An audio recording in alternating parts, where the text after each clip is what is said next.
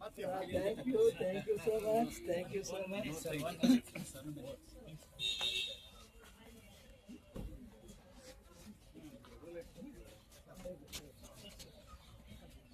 थोड़ा साइड देना भाई। साइड।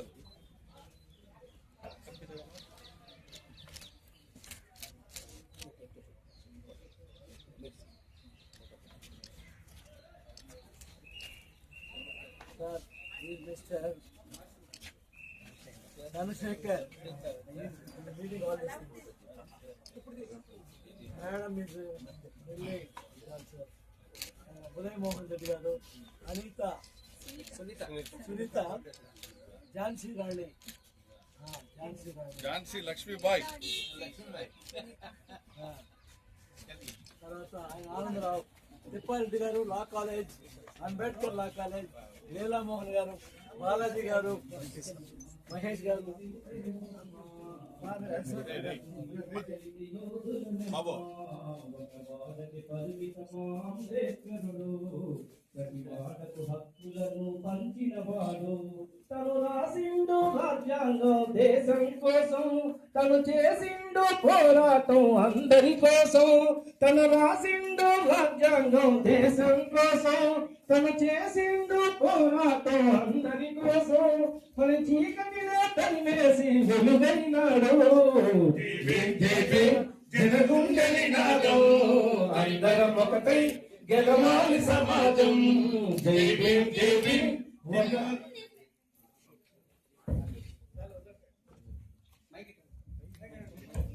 జోహార్ డాక్టర్ బిఆర్ అంబేద్కర్. జోహార్ డాక్టర్ బిఆర్ అంబేద్కర్.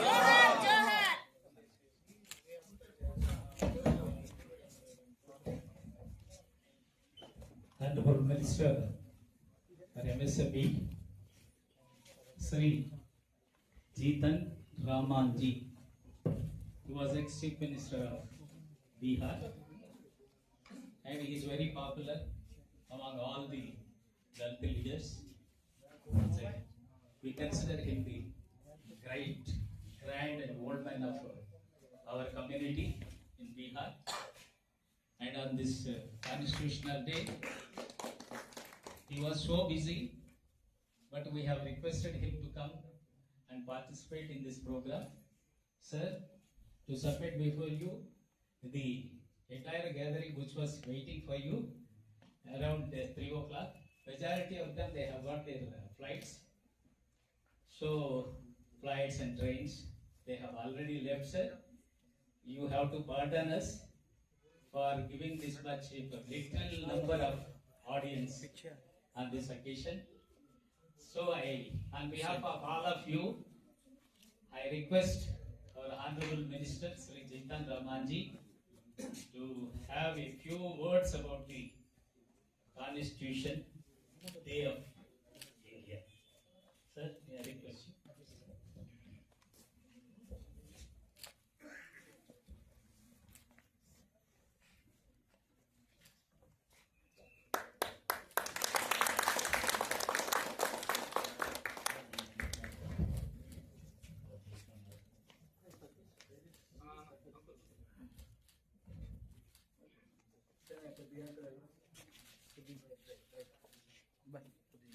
पीछे रहो मैं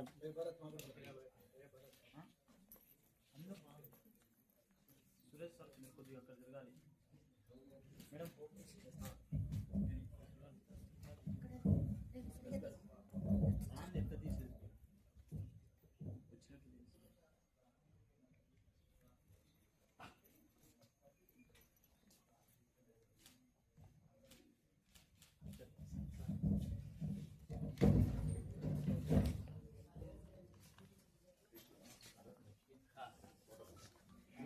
Please take your seats. Please.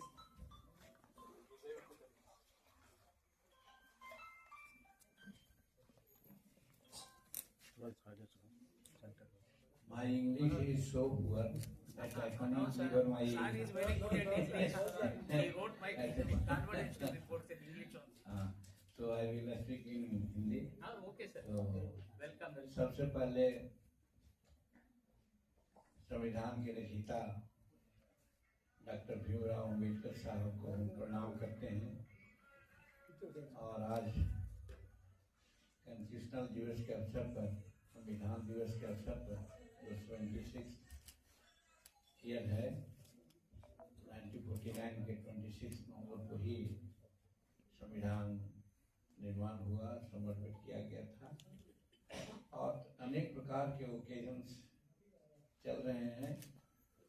आज संविधान भवन में भी मैडम राष्ट्रपति ने भी अपनी बातों को कही, और यहाँ आना था, ठीकी रमैया साहब कह रहे थे, तो यहाँ पर उपस्थित तो रमैया साहब हैं और बाकी जितने भी डिग्निटीज हैं, सबको हम लोग सम्मानित मंच के रूप में सबको हम रिस्पेक्ट देते हैं और ऑडियंस को भी बहुत बहुत रिस्पेक्ट देते हैं।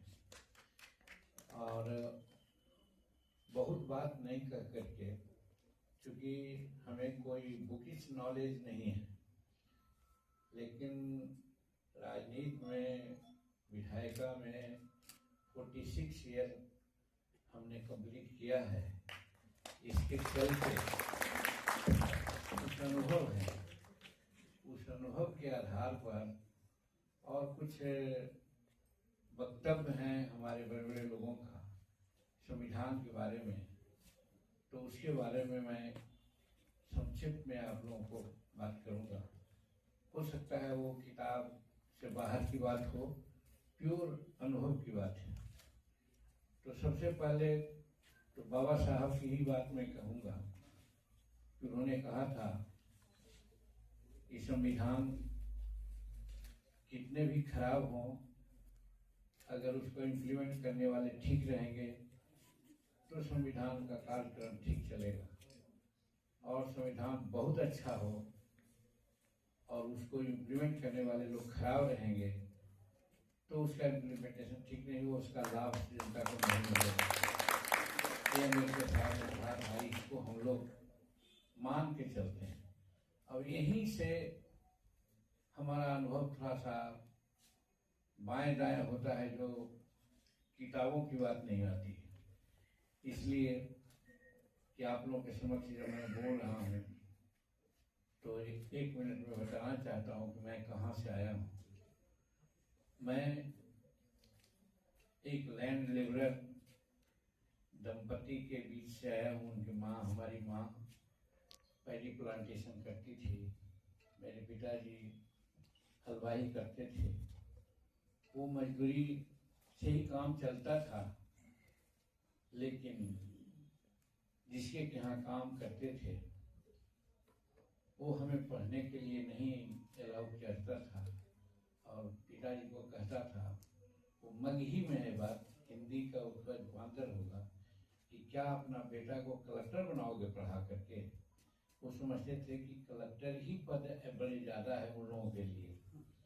शायद आज होते या उनकी आत्मा कहीं होगी तो सोच रहे हो कि कलेक्टर से कहाँ आगे हम हैं, तो पढ़ लिख करके ऐसा हमने किया।